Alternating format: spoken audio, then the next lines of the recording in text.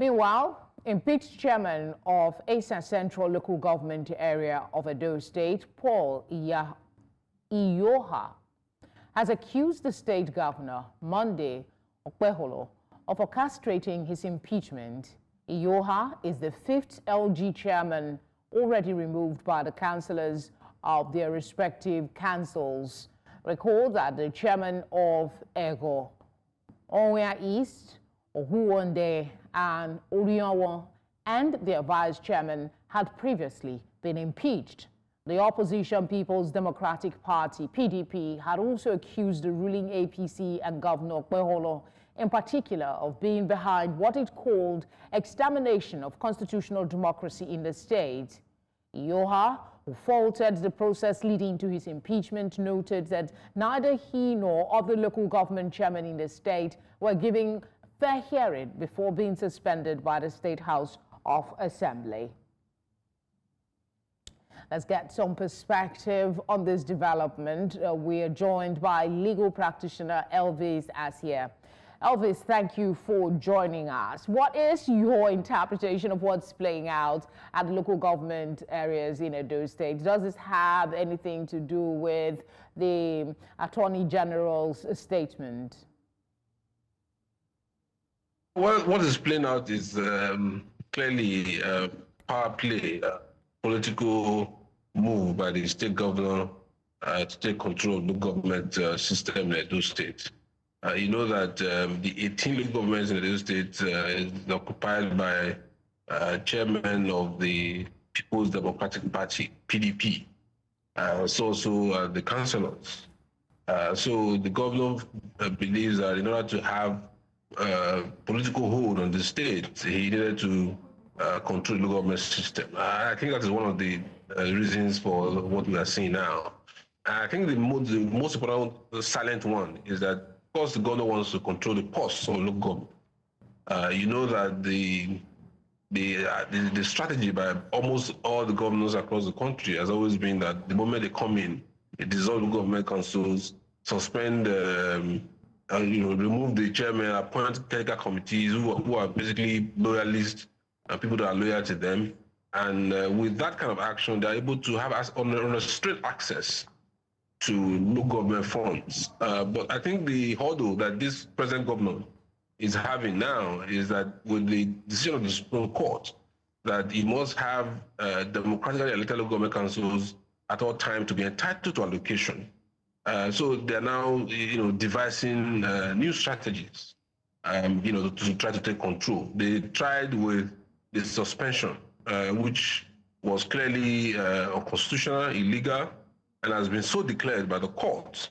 And now they are, resorting to another strategy, which is first try to intimidate the chairman to decamp to the APC, or use the councillors to impeach them. So essentially, this is really what is playing out, and it's very, very sad that in an attempt to gain political control, you have unleashed terror and mayhem across the governments. Well, did you expect this level of degeneration in violence and the actions so far? We know that the crisis started with the State House of Assembly, but did you expect that development will take this turn? I mean, I didn't expect to get to this level. I thought that with the decision of the court to the effect that, the suspension that was done by the governor in the collaboration with the House of Assembly was unconstitutional, I thought that that would put this matter to rest, and perhaps the governor would, engage in other political, political maneuvers in terms of luring or trying to get the chairman to join the party and all of that, rather than this force. It is. I know they have. Don't forget that. With in the build-up to the 2020 this governorship election in those states, there was a lot of issues and crises that was orchestrated by.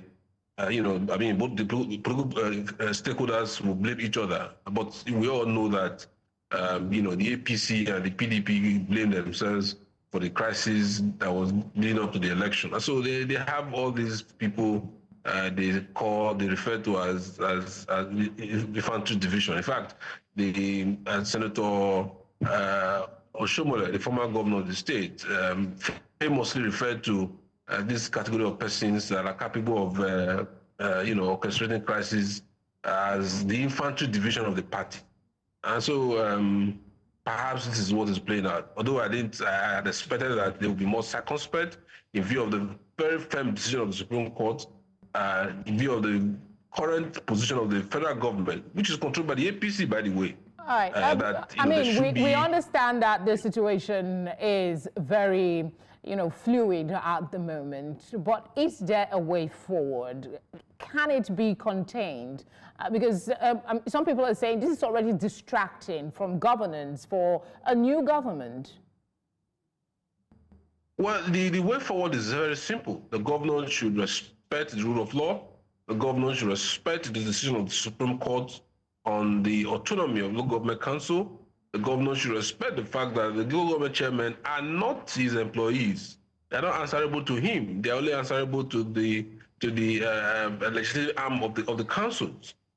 This attempt to twist the legislative arms of the council by getting 2 or 3 members to purportedly remove a local government chairman and elect a local government chairman at that, it will not go well for his political stake in his state. One would have thought that coming in through through a very competitive process, and considering the doubt a lot of people are expressed on his capacity and level of education, one would have thought that he would concentrate more on governance. All right, than this attempt to set the state on fire.